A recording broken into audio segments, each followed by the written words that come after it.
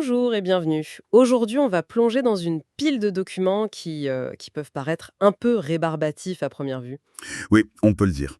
On a le compte-rendu d'une commission parlementaire belge sur la santé qui date de fin 2025, et puis quelques articles de presse. Mais en fait, c'est une véritable radiographie du système de santé belge. Exactement. Et l'image est très très parlante. On y voit des tensions, des points de fracture, mais aussi, et c'est ça qui est intéressant, des zones d'innovation assez incroyables. Tout à fait. L'idée, c'est vraiment de décortiquer ce qui se joue derrière les discours politiques. On va aborder des questions très concrètes. Qui touchent tout le monde. Oui, le coût des soins, l'accès aux médicaments, l'épuisement des soignants. On va vraiment entrer dans la salle des machines pour voir comment les décisions se prennent. C'est ça. On va suivre un fil en 4 temps. D'abord, ce qui fâche souvent, le portefeuille, l'argent. Le nerf de la guerre. Puis, les fissures plus profondes du système, comme les pénuries ou le burn-out. Ensuite, on verra la promesse de l'innovation. Et on finira sur un cas d'école, disons étonnant, où la santé croise la géopolitique. Un programme chargé. Allez, on commence par l'argent. C'est vraiment le sujet qui est partout dans nos sources. Et un exemple m'a tout de suite frappé, c'est ce débat autour du fameux ticket modérateur. La part que le patient paie de sa poche. Voilà. Et le cas de la croix jaune et blanche, le 8 Gele-Cruis, est assez édifiant, non? Pour les soins à domicile, ils ont décidé d'instaurer ce ticket dans certaines provinces flamandes. Mais pas dans d'autres. Exactement. Ce qui crée une inégalité de fait. C'est fou quand on y pense. Pour le même soin, par la même organisation, le coût pour le patient dépend de son code postal. C'est une illustration très concrète de la complexité du système. Et cette pression sur les coûts, on la retrouve ailleurs, avec des effets parfois. Totalement inattendu. Prenez les soins dentaires. Ah oui, alors ça, c'est un point qui soulève de vraies questions. Pour protéger les patients les plus précaires, une loi interdit depuis début 2025 aux dentistes de facturer des suppléments d'honoraires. L'intention est louable. Presse sociale. Sur le papier, oui, sauf que la réalité, comme souvent, est un peu différente. Et comment? La mutualité chrétienne a déjà reçu 45 plaintes. Et le motif est stupéfiant. Des dentistes qui, pour contourner cette règle, ils refusent tout simplement de soigner ces patients-là. C'est ça. On passe d'une protection financière à une exclusion pure et simple de l'accès aux soins. Mais attendez, ça veut dire qu'une mesure censée aider les plus démunis les empêche, dans certains cas, de se faire soigner. C'est un effet pervers incroyable. C'est le paradoxe total. Les sources ne détaillent pas la défense des dentistes, mais on imagine l'argument économique derrière. Oui, bien sûr. Mais ce qui est fascinant, c'est qu'en parallèle de ces débats pour réduire certains coûts, une autre mesure, elle, va augmenter la facture pour quasiment tout le monde. On y vient. C'est l'instauration, dès 2026, d'un ticket modérateur minimum sur tous les médicaments. Voilà, le nouveau cadre pharmaceutique pluriannuel. Chaque boîte de médicaments aura un ticket modérateur d'au moins 2 €. Ou 1 € pour les patients qui ont le statut précaire. Et le ministre justifie ça par la solidarité. Un mot très fort. Innovant. Et là, on touche au cœur d'un arbitrage politique majeur. En fait, on demande à des millions de Belges de payer un peu plus sur des médicaments de tous les jours. Pour donner une chance à une poignée de patients, souvent atteints de maladies rares, d'accéder à des traitements de pointe. C'est un choix politique très clair sur la manière de financer l'innovation. C'est un test grandeur nature, en fait, chiffré à 2 € par boîte. On voit bien que l'argent est partout, mais c'est peut-être juste le symptôme d'un problème plus profond. Quand on creuse, les sources montrent que le système craque, et pas seulement financièrement. Je pense aux pénuries de médicaments. Ah oui, ça c'est le problème le plus visible pour les gens. Les chiffres sont bruts. Presque 650 produits en rupture de stock en Belgique. 650, c'est énorme. Ça place le pays parmi les plus touchés d'Europe. Et on parle pas de vitamines, hein. Non, on parle de choses essentielles. D'antidouleurs, d'antibiotiques et de traitements pour l'asthme. Concrètement, ça veut dire qu'on va à la pharmacie et on nous dit « Désolé, revenez dans 3 semaines, on ne sait pas ». C'est exactement ça. Et les causes sont multiples. Il y a d'abord notre dépendance à l'Asie, la Chine et l'Inde pour la production. La délocalisation. Ensuite, une logique industrielle de flux tendu, donc zéro stock. Et puis une absence de coordination en Europe où c'est un peu chacun pour soi. La tempête parfaite, quoi. On a l'impression d'un château de cartes. Est-ce qu'on essaye de le renforcer un peu? Oui, il y a une prise de conscience, heureusement. Au niveau européen, on parle d'un Critical Medicines Act pour essayer de relocaliser un peu. Et en Belgique? En Belgique, un outil de suivi des stocks est en développement pour mieux anticiper. Et le gouvernement menace de durcir les sanctions contre les firmes pharmaceutiques qui ne livrent pas. Mais c'est une course contre la montre. Et si les médicaments manquent dans les rayons, le personnel soignant, lui, manque de souffle. C'est l'autre grande fissure, non? Absolument. Et là, les chiffres sur le bien-être mental sont « il faut s'arrêter un instant ». L'enquête des mutualités libres, Oui. en 6 ans, les cas de burn-out ont quasiment doublé. Ce n'est plus une statistique, c'est une hémorragie. Le chiffre qui m'a le plus interpellé, c'est que près de 65% de ces incapacités pour burn-out concernent des femmes. C'est énorme. Ça en dit tellement sur la structure de ce secteur. Ça dit qui est en première ligne et qui subit la pression. Face à ça, le gouvernement essaie de réagir.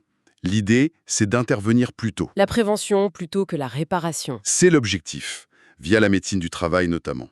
Il y a une nouvelle plateforme numérique, Trio, qui doit faciliter le dialogue entre le travailleur, l'employeur et les médecins. Pour désamorcer avant que ça explose. Voilà. Et FEDRIS, l'agence des risques professionnels, lance aussi des projets pilotes avec du coaching pour les travailleurs qui montrent les tout premiers signes.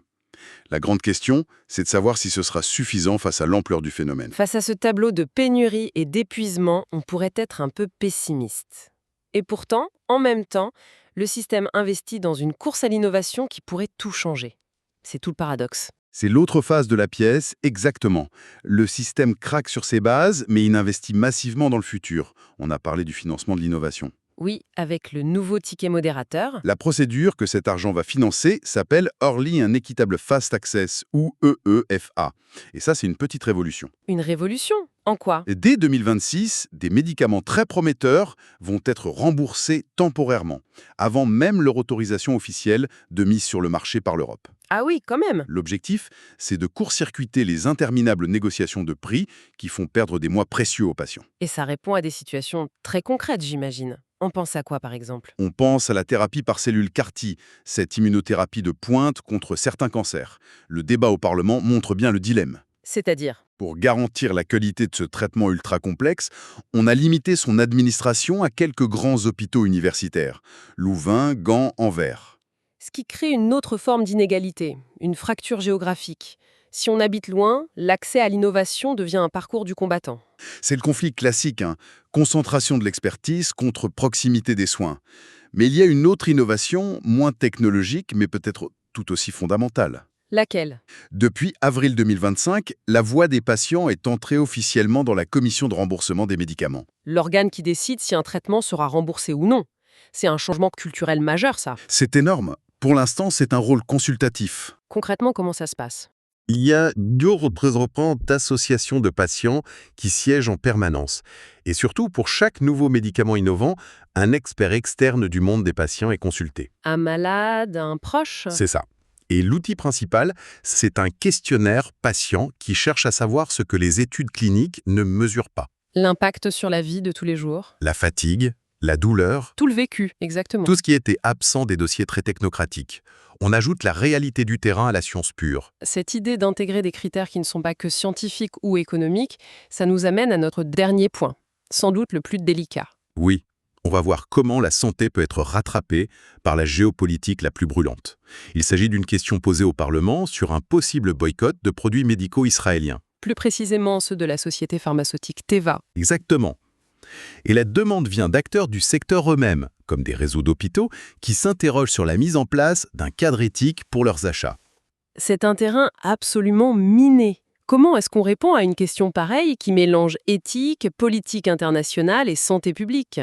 La réponse du ministre, telle qu'elle est retranscrite, est très prudente. Il explique point par point pourquoi un boycott n'est pas une option. D'accord. Le premier argument, c'est un principe de droit international. Les Nations Unies interdisent que l'accès aux médicaments soit utilisé comme une arme de sanction, La santé des civils doit être protégée. en toutes circonstances. C'est le principe de base. Mais il y a des raisons plus pragmatiques aussi. J'imagine, oui. Le deuxième argument est purement sanitaire. Un boycott de Teva mettrait en danger la santé publique en Belgique. Pourquoi? Parce que Teva est un fournisseur majeur, parfois unique, de médicaments essentiels en cancérologie pédiatrique pour des antiépileptiques. Il n'aurait tout simplement pas d'alternative capable de fournir les mêmes volumes. Le message, c'est « Ok, on peut être en désaccord politique, mais on ne prend pas en otage les médicaments d'un enfant malade. C'est exactement ça. Et le dernier argument est juridique.